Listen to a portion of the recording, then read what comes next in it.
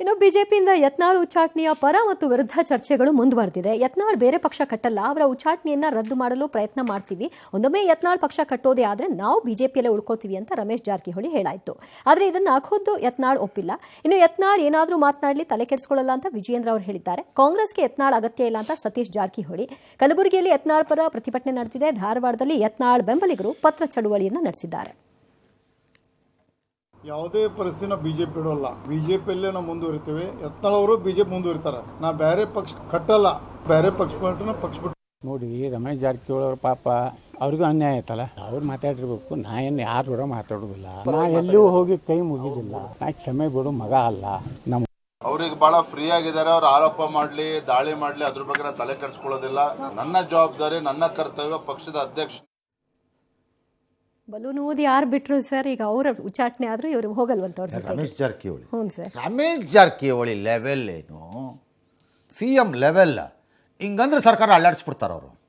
ಆ ಪವರ್ ಅವ್ರೇನು ಅವ್ರು ಹುಡುಗಾಟನ ಯತ್ನಾಳ್ ಅವ್ರು ಬಣದಲ್ಲಿ ಯಾರು ಸರ್ಕಾರ ಬೇಕಾದ್ರೂ ಅಲ್ಲಾಡಿಸ್ಬಿಡ್ತಾರ್ರಿ ಇವರು ಓಕೆ ಅಂತ ಅವ್ರ ಭ್ರಮೇಲಿದ್ದಾರೆ.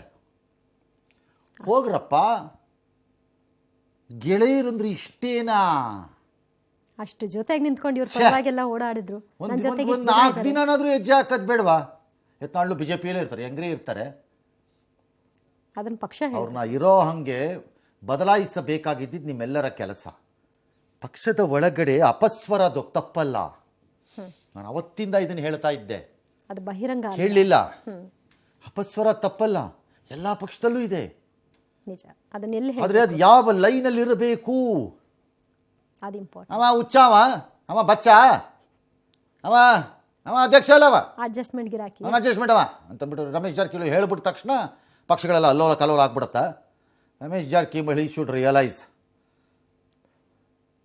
Your power is either over exposed or you don't have.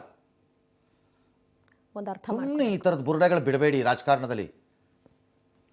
ಈಗ ಹೋಗ್ರಪ್ಪ, ಯಾರು ಬೇಡ ಅಂದವರು, ಹೋಗಲ್ವಂತೆ. ಕುಮಾರ್ ಬಂಗಾರಪ್ಪ ಪಾಪ ಹೋಗ್ರಿ ಅವ್ರ ಜೊತೆ. ಅವ್ರು ಹೇಳ್ಕೊಂಡಿದ್ದೆ ಇವ್ರಿದ್ದಾರೆ ಅವ್ರಿದ್ದಾರೆ ಅಂತ. ಹೋಗ್ರಿ ಅವ್ರ ಜೊತೆ ಹೋಗ್ರಿ.